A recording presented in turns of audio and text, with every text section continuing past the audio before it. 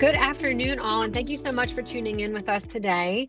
Today is a really special episode of our Alumni Virtual Engagement Series, a monthly video series where we sit down and we talk with a Manor College alumni to hear about their experience as a Manor student and what life has been like since graduating or transferring. Today, we are talking to Manor College alum from the class of 2020, James Boima. James was born and raised in West Africa, Sierra Leone, and was really motivated to attend college after high school. After seeing his mother struggle financially to raise his 4 siblings, in 2020, James earned his associate's degree in criminal justice from Manor College. Since then, James has been very busy and he's graduated with a bachelor's degree, and he's currently pursuing a double master's degree in healthcare administration and healthcare information at St. Joe's University. James works for Mainstay company as a program manager. Thank you so much, James, for joining us today. And we also want to welcome Professor and Dean Mary Sims, longtime professor at Manor College in the Legal Studies and Criminal Justice program. So welcome, Dean Sims. Thank you. Thank you. I'm honored. So James, start us off by telling us, how did you choose Manor College and what was your kind of early college experience like coming from West Africa to the United States? I would say thank you so much.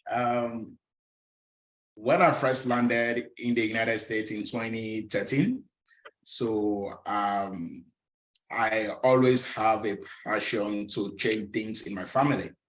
So when I came, and then after a couple of months, I start searching for schools, and then I really take my time to choose the best among the rest. And I look at some kind of environment and how are the professors are really open-handed to welcome immigrant students or like international students like us. And I came to learn that Manor College is the only choice for me, based on the kind of teaching method that they have in the school, and based on the the welcoming of the professors. So I choose Manor to be like a great choice for me, because this is the only place I can grow my educational journey. So my experience in Manor was awesome, and I always have Manor in my heart, and even in like all of my history record, I'm trying to say Manor come first, because Manor is where I started this whole educational progress. So my experience from Manor was an excellent one due to my professor here, Miss Mary Sim. I always bide in her office, ask a lot of questions, and she's always ready to assist me. And there is one word that she always say, James, you can do it. I will never forget that word. He said, James, you can do it.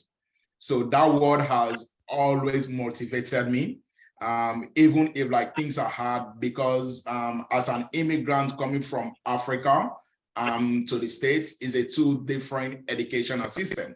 So for me to adapt to that educational system, I need a mentorship, and then I need to really depend on somebody. So like this person is Miss Mary Sim. So, and even at during the evening, I can just send message, hey, Miss Mary Sim, this is what is going on. Say, James, all right, see me tomorrow in my office, and then I will see what to do. So she has always been a great mentor to me, and up to now. So my experience was a great one.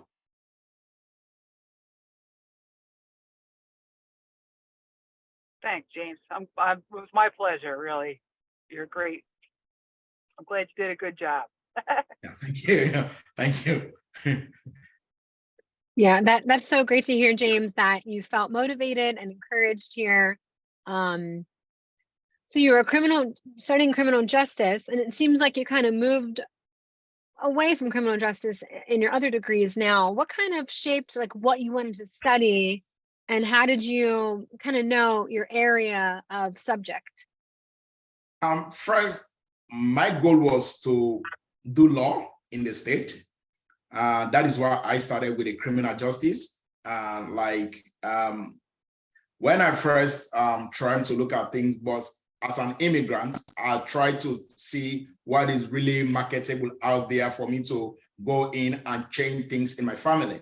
So even though I still have a passion to go in for it, and it is not late yet. So, but like when I finished my criminal justice program and I sent a message to Ms. Merisim, like, I want to do justice administration.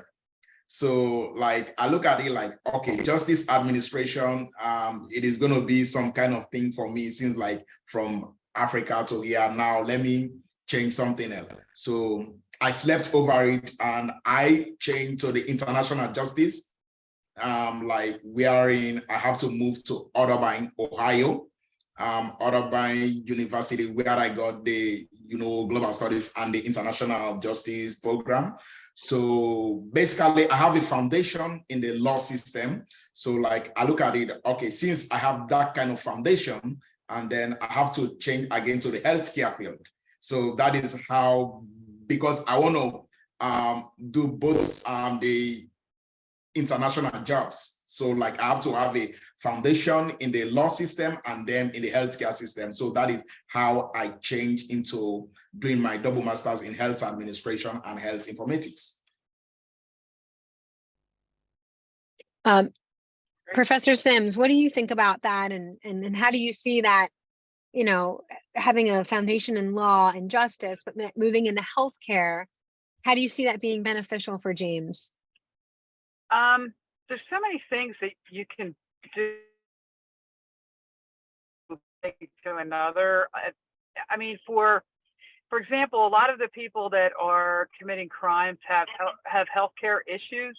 That's really kind of the biggest problem in some respects. So that's a good combination. We do see a lot of students going into more of a science-based or healthcare-based master's degree, behavioral systems and things like that. So, I mean, that's a good fit. And what you learn in criminal justice is, a lot of case studies and things like that, which you can also bring into a different other fields too. So a lot of times they're very related. So, people go from being in the criminal justice, they say, oh, I want to be a police officer, but then they realize that there's so many other things they can do with it regards to people's health that's going to keep them from being in jail, so that's good.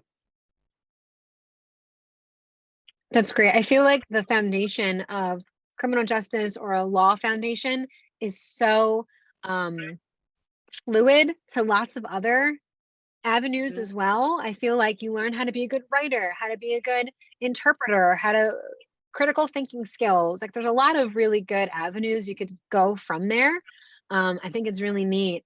So James, you went to obviously Manor, and Manor were 600 students, about 25 faculty, full-time faculty, really small environment, really supportive, small class sizes. And then you go to now St. Joe's for your double masters, big institution. Kind of how do you compare the two? And what were some things that kind of stuck with you from your Manor education?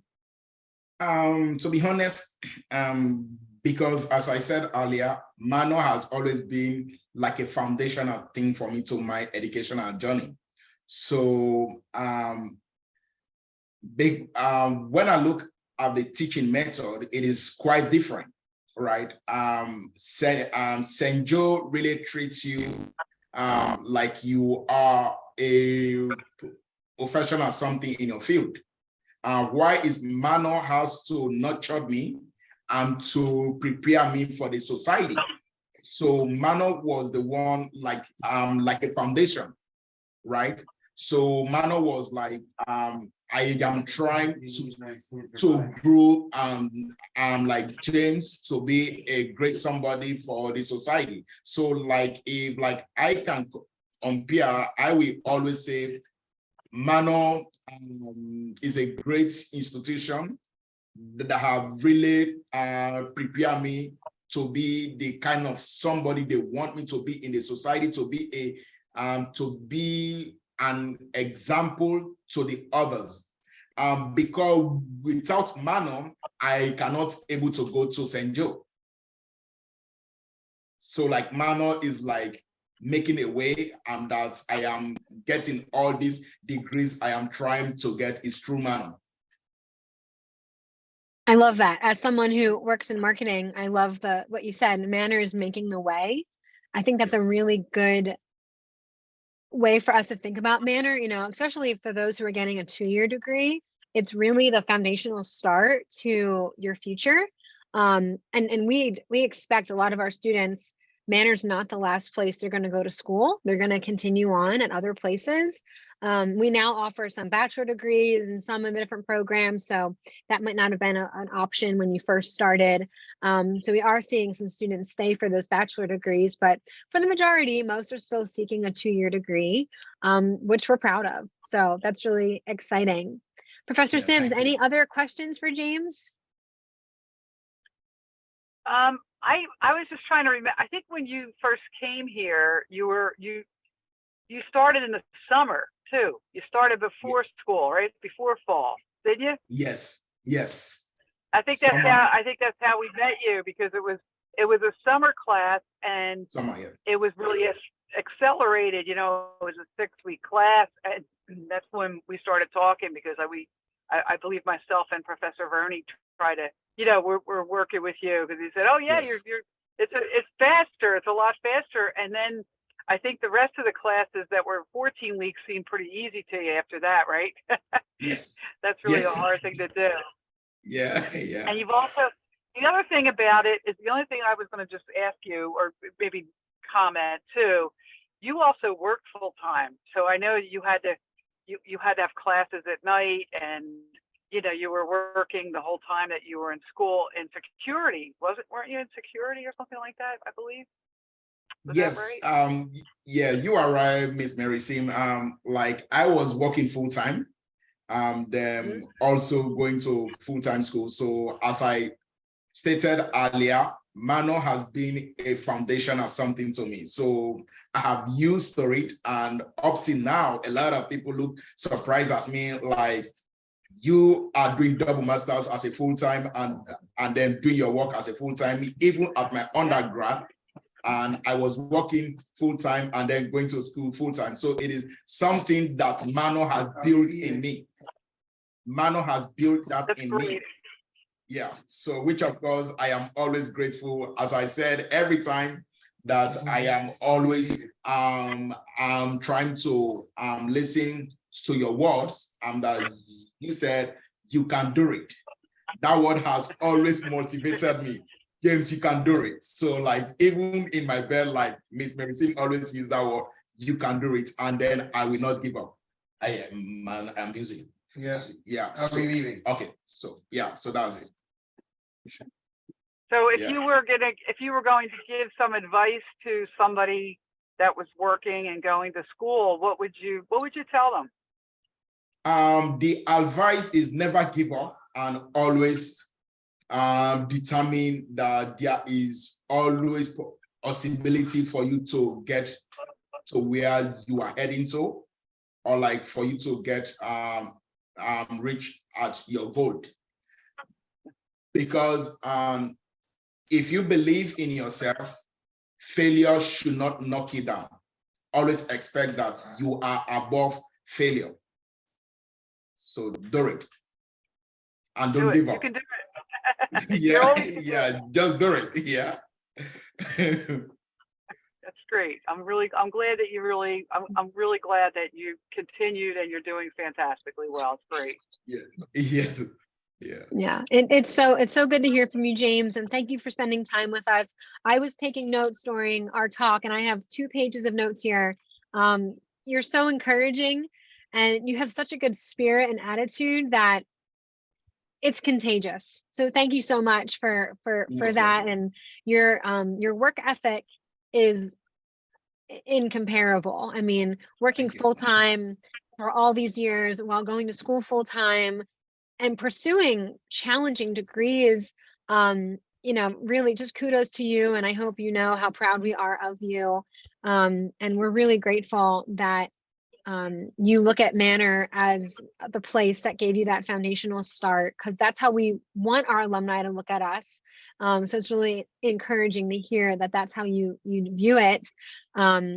Anything that we ever can do for you, please do not hesitate to reach out. We are always cheering on our alumni after graduation. So what Mary said, James, you can do it. We all still Yes. fully believe that, and want to see you succeed. And as you move on, I know, what would you say your next steps are after your master's degree? My next step here is like to further to do my doctorate degree, because that is my next goal for my 2024. As soon as I graduate from my double master's in December, so like I try to forward to do my doctorate degree, and so that I can still able to serve the society and then to have my own healthcare facilities, because there are a lot of things that have to be changed in the healthcare system. So like we have to work together to change that kind of philosophy about the, you know, so that they United States should have a better healthcare system now. So that is my goal, and I am working on it. Well, I have no doubt you will accomplish that. And we can't wait to watch you through it. And I just want to mention that, you know, James is a first generation college student, as many of our students are. Over 65% of our student body is first generation. So that means they're the first in their family to go to college. And James is paving the way for his siblings. He has 4 other siblings who have all followed suit in pursuing degrees, all sorts of degrees from all over the world. So it's really, James, you are changing your family tree. And we're just so grateful to be a part of your journey. So thank you so much. Thank you, Professor Sims, for joining us. And we'll see you all next time.